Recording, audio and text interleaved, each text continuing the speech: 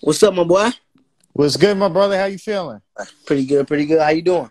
I'm good, man. Appreciate you taking the time to talk with me. This is the Making Plays convo. I always like to start off and ask how you and your people are doing with everything that's been going on. God, these past 3 months now, it feels Yeah, like. man. Everybody been doing pretty good. You know, my family been doing pretty good. Anybody caught the coronavirus, thank God. You know what I'm Right, saying? right. We just trying to survive, and stay working.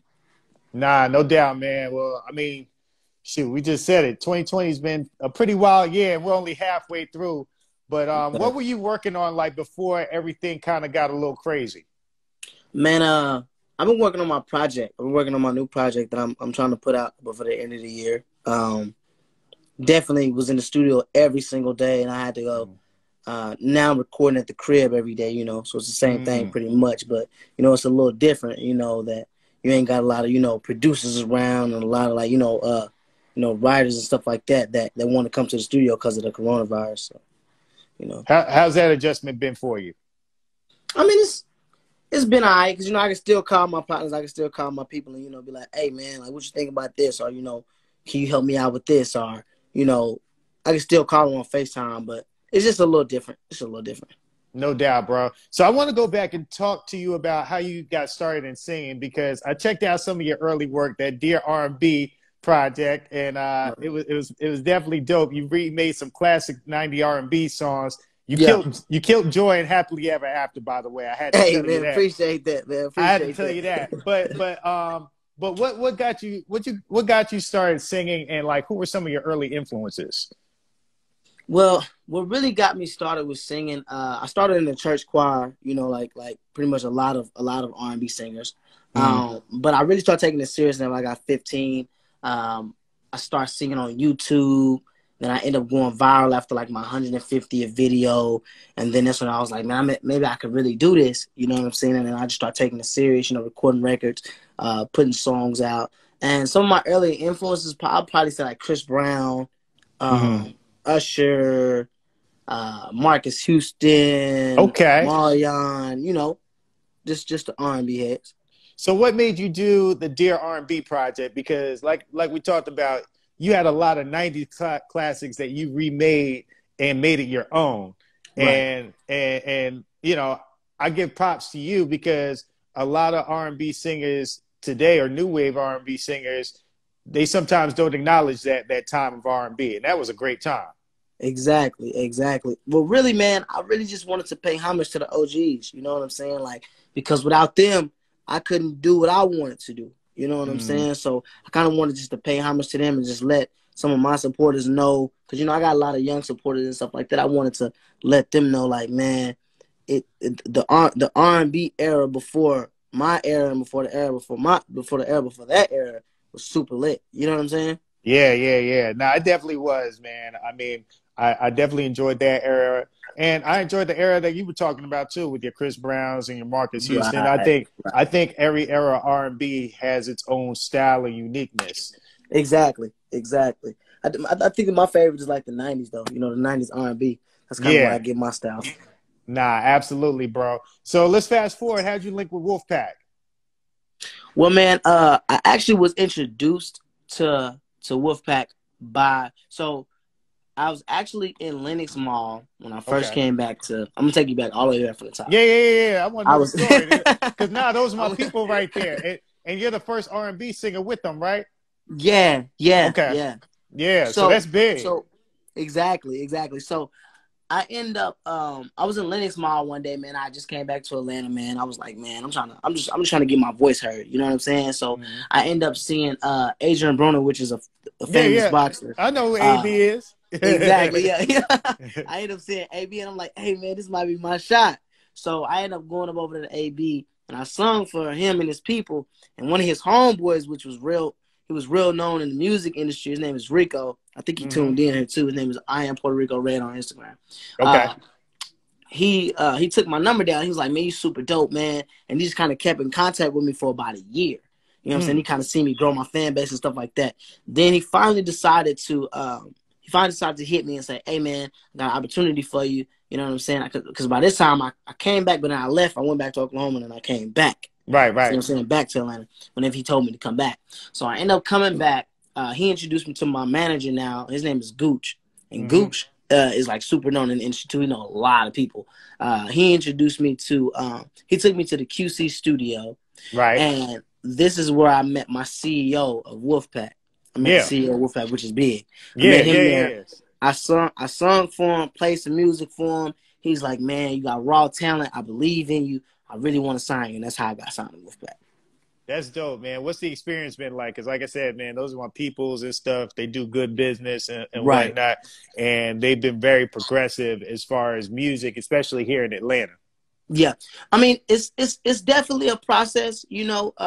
But they're the I couldn't ask for a better label. You know what I'm Mm-hmm. saying? Because they do everything that they're supposed to do. Like when it comes to promoting me, when it comes to putting me in the studios with the best producers, the best people that I can even think about working with, like they're really, really doing what they're supposed to do. So I couldn't wish for a better label. That's dope, man. Well, you know, shout out to them, Shit. and Hey, you know, WolfPack. yeah, Wolfpack, man. I hope that business venture definitely like develops and grows between the both of y'all. But let's talk about your new song, "Fool." How'd that come about? Like, what's your creative process like? So whenever we made Fool, I was in the studio, man. I was vibing out, you know. I had a couple drinks, you know what I'm saying? I'm just like, man, I really I was like, man, I really want to make a record talking about treating women good, because you know a lot of guys, you know, they mistreat women. They Mhm. they don't treat their women the way they're supposed to be treated, and then they wonder why the relationship doesn't go the way it's supposed to go. Right. So I just kind of wanted to make a song for the women that was being mistreated. And then Mm. that's when I heard the beat by Tasha Couture. Me and my boy Marquise was up in there. We was working together on the writing. Man, we came up with a smash. Yeah, yeah, nah. I rock with it, man. What's the feedback been like so far? Super dope, man. We're sitting at over 400,000 streams on SoundCloud. Spotify streams are doing really good. Mm-hmm. YouTube doing really good. Everything's going good, man. We got a lot of women really making videos, you know, really, Yeah. because it's talking about what they want to say. You know what I'm saying? So this gonna be a part of your project that you putting out? I think I lost you Yeah, for a second. Is this gonna be part of a project that you putting out? yeah, definitely. It's definitely gonna be on my project by the end of the year, for sure. For sure. Okay, definitely, man. So I always like to ask this to a lot of R&B singers. Why do you think it takes a longer period of time for R&B to develop or blow up than rap? Because what I find is that it takes longer for R&B, but R&B has a longer shelf life. Like we're still talking about a lot of the singers and of the 90s and the early 2000s, and people still remember those songs. Even guys that didn't even coming out with a big catalog, their Mm-hmm. songs are still timeless. But it seems to take longer for R&B acts to develop. Why do you think that is? I think it's because, you know, I think that we put more time into making our music. You know, like a rapper can go in the studio and they can make it. They can rap about anything. The quality can sound like anything. I mean, they can talk. They can say anything, which we can say the same things. But it's like we gotta be more. We gotta put more time and energy into our stuff. Mm. And R&B just can't be.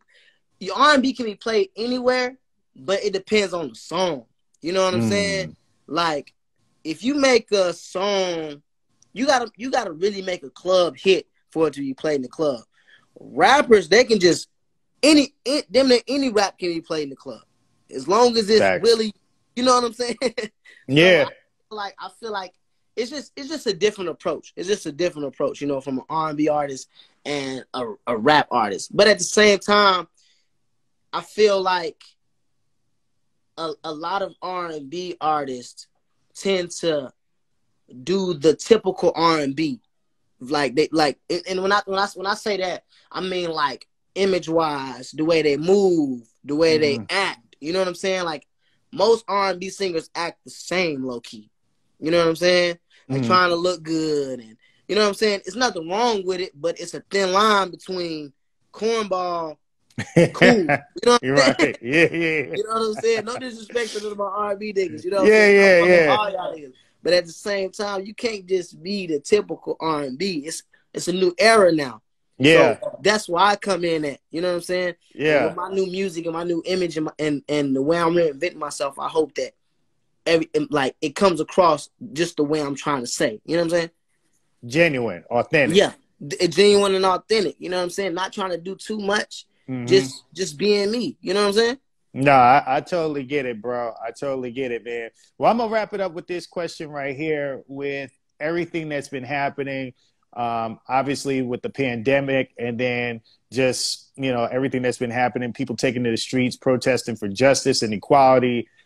Has there been anything that you've learned about yourself during this time, or have realized about yourself during this time? Because I know I've done a lot of self-reflection, but we're talking about you right now. So is there anything that you've realized about yourself, or anything that you want to work on going forward?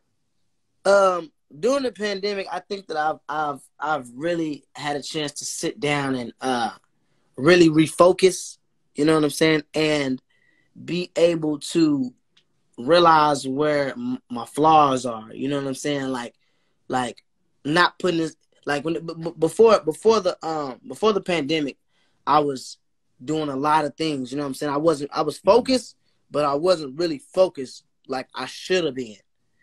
So what the pandemic has done is let me sit down, have some time to myself, and really refocus my mind to where now I can reinvent myself the way I need to. Now I can put more singing videos out. Now I can. It just really just helped me reload, if that makes sense. No, that makes a lot of sense, bro. That makes a lot of sense. Well, much success to you. Like I said, man, I enjoyed your previous work. I like the new song. You got a dope personality. You got dope energy, man. So once things really open up and we get the Pandora office back open here in Atlanta, make sure you come through. Like I said, you sign with my people.